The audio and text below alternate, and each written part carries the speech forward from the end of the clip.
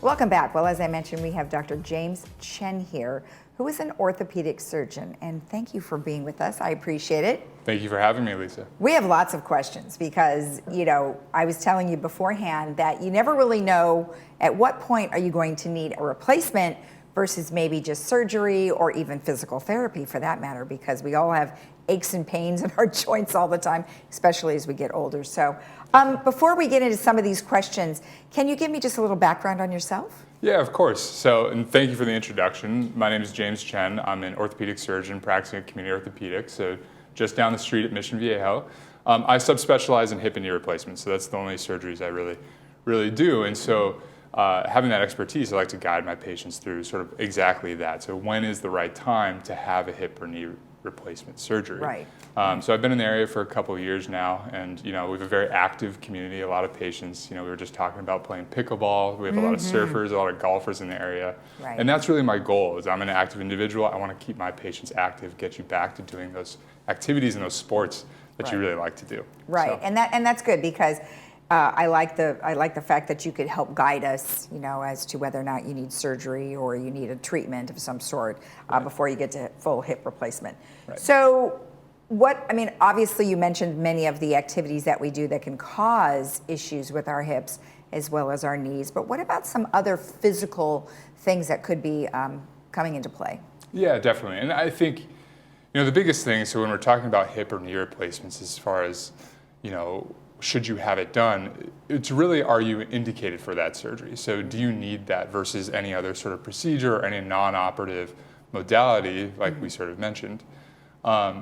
The condition of arthritis is typically when most patients require a hip or knee type replacement. Okay. It's a mechanical issue that has a mechanical fix, and so that's really when. And so that's what I like to do, is sort of help coach my patients, do an evaluation, look, do you have that mechanical issue that is arthritis or other such conditions that can lead to that end stage sort of bone-on-bone rubbing? And then sort of come up with the plan. And if you're not there yet, there are multiple other things that we can do to help get you back, get you living the active lifestyle, because that is the ultimate goal. But when it does come to that point, nothing else is working, that's when we start having that conversation. Okay. Is that the time to have the hip and knee replacement?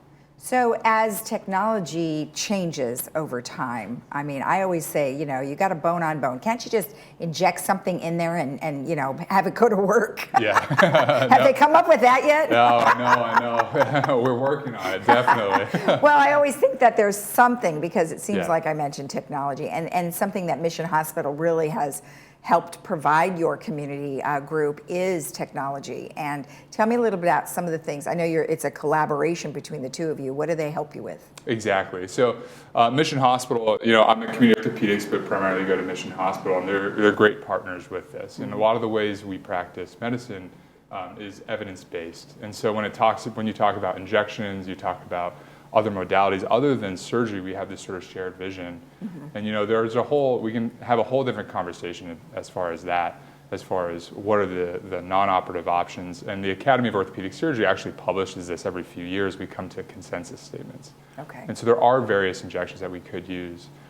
How Mission and I in particular help collaborate with, as far as the delivery of healthcare, is A, the evidence-based medicine, and then B, the care delivery, so the entire experience around the surgery. So advancing that to the next level and sort of bringing in new technologies and better sort of consumer enjoyable experiences to our patients. And so that includes robotics, virtual care platforms, joints classes.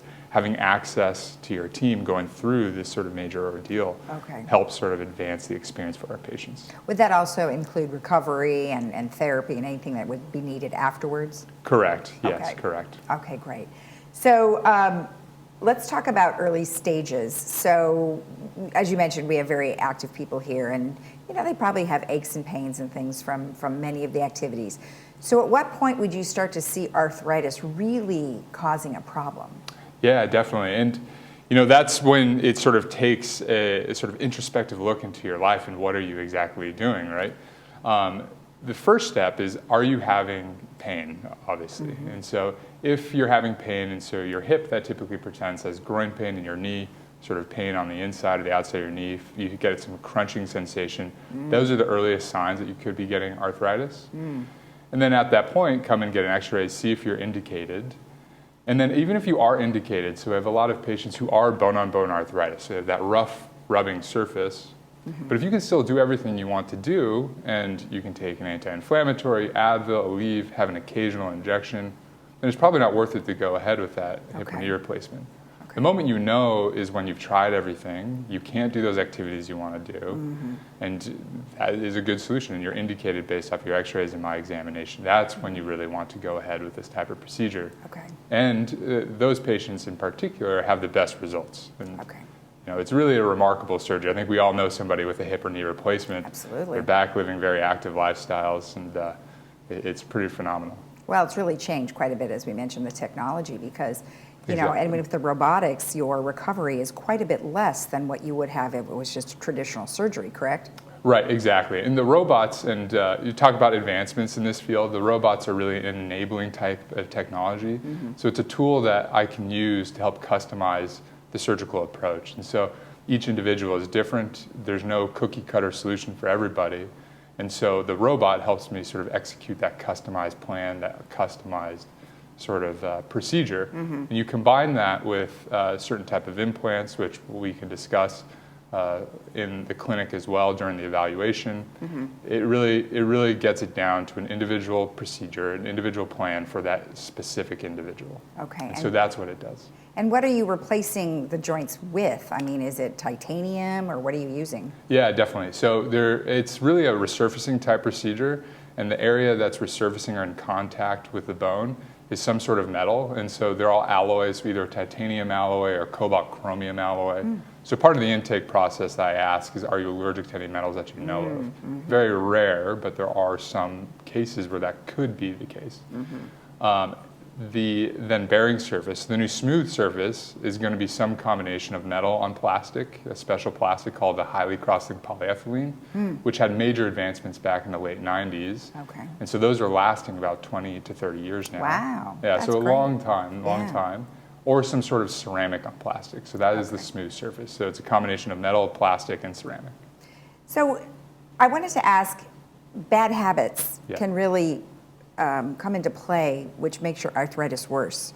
So for instance, maybe heaviness or being overweight. How does that affect arthritis? Yeah, exactly. There's some component of this to where it's a wear and tear condition, right? So we live active lifestyles.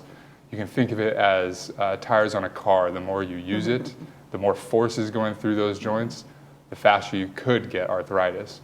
But that's not entirely the picture. There's biologic factors as well. So as we age, the cartilage integrity degrades, our meniscus starts to tear. And so it's a combination of those two things. Part of it being genetic, secondly, how we live our lifestyle.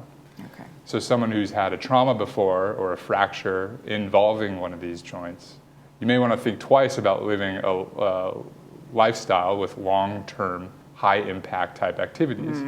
Now, that's great if you want to continue that, but I think you should know that you could potentially be progressing your risk of developing arthritis at a younger age, right?